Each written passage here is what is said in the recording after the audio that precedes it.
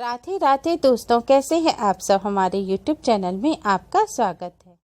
अक्सर लोग किसी शुभ कार्य को शुरू करने से पहले संकल्प करते हैं और उस संकल्प को कार्य रूप देते समय कहते हैं कि हमने अमुक कार्य का श्री गणेश किया। कुछ लोग कार्य का शुभारंभ करते समय सर्वप्रथम श्री गणेशाय नमः लिखते हैं। यहाँ तक कि पत्रादि लिखते समय ओम या श्री गणेश का नाम अंकित करते हैं। हिंदू संस्कृति और पूजा में भगवान श्री गणेश जी को सर्वश्रेष्ठ स्थान दिया गया है। प्रत्येक शुभ कार्य में सबसे पहले भगवान गणेश जी की पूजा की जाती है। देवता भी अपने कार्यों को बिना किसी विघ्न के पूरा करने के लिए भगवान श्री गणेश जी की पूजा सबसे पहले करते हैं, क्योंकि देवगणों ने स्वयं उनकी अग्र पूजा का विधान बनाया है। सनातन एवं हिंदू शास्त्रों में भगवान श्री गणेश को विघ्नहर्ता अर्थात सभी तरह की परेशानियों को खत्म करने वाला बताया गया है। पुराणों में श्री गणेश जी की भक्ति शनि सहित सारे ग्रह दोष दूर करने वाली बताई गई है। रोजाना विघ्नहर्ता भगवान श्री गणेश की उपासना करने से व्यक्ति का सौभाग्य बढ़ता है और सुख समृद्धि की प्राप्ति होती है, सफलता मिलती है। भगवान श्री गणेश विघ्नहर्ता और रिद्धि सिद्धि के प्रदाता हैं। जैसे किसी कार्य की शुरुआत करते समय अगर भगवान श्री गणेश जी का नाम लिया जाए तो वह कार्य निर्विघ्न पूरा होता है और उस कार्य में सफलता मिलती है। इसी तरह नए साल की शुरुआत भी गणेश जी का स्मरण करते हुए और गणेश जी की कथा को सुनकर की जाए तो विघ्नहर्ता और शुभ के प्रदाता भगवान श्री गणेश की कृपा से नया साल भी शुभ और मंगलमय होगा और नए साल में उन्नति, समृद्धि और ख्याति की प्राप्ति होगी। आज की इस वीडियो में हम आपको भगवान श्री गणेश की दो प्रचलित सत्य कथाएं सुनाएंगे। कैसे भगवान श्री गणेश ने अपने भक्तों पर कृपा की थी। भगवान श्री गणेश की यह प्रचलित कथा एक सास और बहू की है। कथा के अनुसार एक सास और बहू थी। सास उसकी बहू को कुछ भी खाने को नहीं देती थी। बहू रोज नदी पर जाती थी और जाते समय घर से आटा ले जाती थी। नदी के पानी से आटा गूंथती थी और भगवान श्री गणेश जी के मंदिर के दीपक में से घी लेती थी और भोग में से गुड़ लेती थी और पास के शमशान में जाकर बाटी सेकती थी। बाटी में घी गुड़ मिलाकर चूरमा बनाती थी और भगवान श्री गणेश को भोग लगाकर खुद भी खा लेती थी। ऐसा करते बहुत दिन हो गए। भगवान श्री गणेश को आश्चर्य हुआ और उन्होंने अपनी नाक पर उंगली रख ली। बहू तो घर आ गई, पर दूसरे दिन मंदिर के पट खुले तो लोगों ने देखा गणेश जी की नाक पर उंगली है, तो मंदिर में भीड़ एकत्रित हो गई। गांव के लोगों ने हवन पूजा की, पर गणेश जी ने उंगली नहीं हटाई। तब सारे गांव में कहलवा दिया कि जो कोई गणेश जी के नाक से उंगली हटवाएगा उसे राजा जी सम्मानित करेंगे। बहू ने सास से कहा, सासू जी मैं कोशिश करूंगी। तब सास बोली, इतने बड़े बड़े लोग कोशिश कर लिए तो तू क्या करेगी। सब लोग मंदिर के बाहर एकत्रित हो गए। बहू घूंघट निकालकर अंदर आई, पर्दा लगाया और गणेश जी से बोली, मैं मेरे घर से आटा लाती थी, लोगों का चढ़ाया घी गुड़ लेती थी, शमशान में बाटी सेकती, उसमें आपको क्या आपत्ति हुई। आपको मुंह से उंगली हटानी पड़ेगी।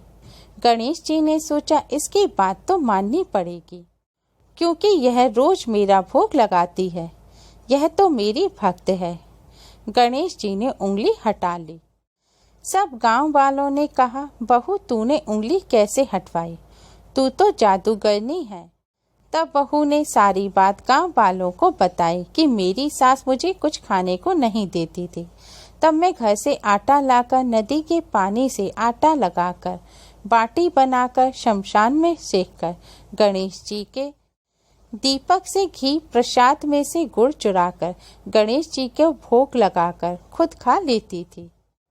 इसलिए गणेश जी को आश्चर्य हुआ और उन्होंने नाक पर उंगली रख ली और मेरी प्रार्थना पर उंगली हटा ली और मुझे वरदान दिया कि अब इस गांव में सब प्रेम से रहेंगे। हे गणेश जी भगवान, जैसे बहू का मान बढ़ाया वैसे ही सबका मान बढ़ाना और सबकी रक्षा करना। भगवान श्री गणेश की दूसरी प्रचलित कथा। जब बूढ़ी माँ की चतुराई से भगवान श्री गणेश हुए प्रसन्न। कथा के अनुसार एक बूढ़ी अम्मा थी। वह बहुत ही गरीब और दृष्टिहीन थीं। उनके एक बेटा और बहू थे। वह बूढ़ी अम्मा सदैव गणेश जी की पूजा किया करती थी।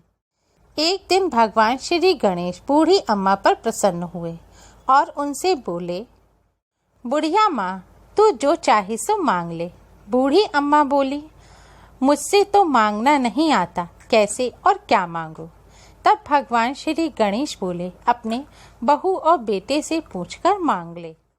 तब बूढ़ी अम्मा ने अपने बेटे से कहा, भगवान श्री गणेश कहते हैं कि तू कुछ मांग ले, बता मैं क्या मांगू।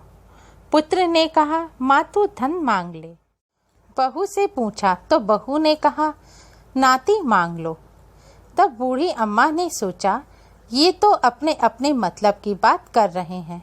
अतः उन बूढ़ी अम्मा ने पड़ोसियों से पूछा तो उन्होंने कहा, बूढ़ी अम्मा तुम तो थोड़े दिन जियोगी, क्यों तुम धन मांगो और क्यों नाती मांगो। तुम तो अपने आँखों की रोशनी मांग लो, जिससे तुम्हारी जिंदगी आराम से कट जाए। इसके बाद बूढ़ी अम्मा भगवान श्री गणेश के पास गईं और भगवान श्री गणेश से बोली। बूढ़ी अम्मा बोली, भगवान श्री गणेश, यदि आप प्रसन्न हो तो मुझे 9 करोड़ की माया दो, निरोगी काया दो, अमर सुहाग दो, आँखों की रोशनी दो, नाती दो, पोता दो और सब परिवार को सुख और अंत में मोक्ष दो। यह सुनकर भगवान श्री गणेश बोले, बुढ़िया माँ, तुमने तो हमें ठग लिया। फिर भी जो तूने मांगा है वचन के अनुसार सब तुझे मिलेगा। और यह कहकर भगवान श्री गणेश अंतर्ध्यान हो गए। उधर बूढ़ी अम्मा ने जो कुछ मांगा वह सब कुछ मिल गया। हे गणेश जी महाराज, जैसे तुमने उन बुढ़िया अम्मा को सब कुछ दिया वैसे ही सबको देना। नव वर्ष पर आप भगवान श्री गणेश की इन प्रचलित कथाओं को पूर्ण श्रद्धा के साथ सुनें। इससे आपको भगवान श्री गणेश की असीम कृपा प्राप्त होगी और पूरा साल मंगलमय व्यतीत होगा। नव वर्ष की शुरुआत आप विघ्नहर्ता भगवान श्री गणेश का पूजन कर करें। इससे आपको पूरे साल सफलता प्राप्त होगी। नववर्ष के इस खास अवसर पर हो सके तो स्नान करके लाल रंग के वस्त्र धारण करें। लाल वस्त्र ना हो तो पीले या हरे रंग के वस्त्र पहन लें, लेकिन भूलकर भी नीले या काले रंग के वस्त्र ना पहनें। इसके बाद गणपति बप्पा को स्नान कराएं। अगर आपके घर में गणेश जी की तस्वीर है तो उन्हें साफ कपड़े से पोंछें। इसके बाद अपने मंदिर की सफाई जरूर करें। गणेश जी के साथ माता लक्ष्मी जी का भी अवश्य पूजन करें। गणेश जी के सामने एक शुद्ध घी का दिया जलाएं, सुगंधित धूपबत्ती जलाएं। हो सके तो गणेश जी को मोदक या लड्डू का भोग लगाएं। अगर मोदक लड्डू ना हो तो आप गणेश जी को गुड़ का भोग लगाएं। गुड़ भी गणेश जी को बहुत प्रिय होता है। और गणेश जी को दूर्वा जरूर अर्पित करें। दूर्वा गणेश जी के चरणों में ना रखें। दूर्वा को गणेश जी के सामने किसी पात्र में रखें या फिर गणेश जी के कान पर या सिर पर लगाएं। दूर्वा एक प्रकार की घास होती है जो भगवान श्री गणेश को बहुत प्रिय होती है। आप भगवान श्री गणेश को किसी चीज का भोग ना लगा पाए तो भी दूर्वा जरूर अर्पित करें। सिर्फ दूर्वा से ही गणपति बप्पा प्रसन्न हो जाते हैं और अपने भक्तों को आशीर्वाद देते हैं। जैसे हर शुभ कार्य शुरू करने से पहले भगवान श्री गणेश का पूजन स्मरण किया जाता है, जिससे कार्य निर्विघ्न पूरा हो और कार्य में सफलता मिले। इसी तरह नव वर्ष की शुरुआत भी आप भगवान श्री गणेश के पूजन के साथ करें और इन कथाओं को सुनें, जिससे नए साल में भगवान श्री गणेश की कृपा से आपको भी तरक्की, ख्याति और समृद्धि प्राप्त हो। आप सभी को KST राधे कृष्णा श्रृंगार परिवार की ओर से नव वर्ष की हार्दिक शुभकामनाएं। उम्मीद है आपको हमारी ये वीडियो पसंद आई होगी। प्लीज़ लाइक करें, शेयर करें। हमारी और भी वीडियोस के लिए हमारे चैनल को सब्सक्राइब करना ना भूलें। Thanks for watching. Radhe Radhe.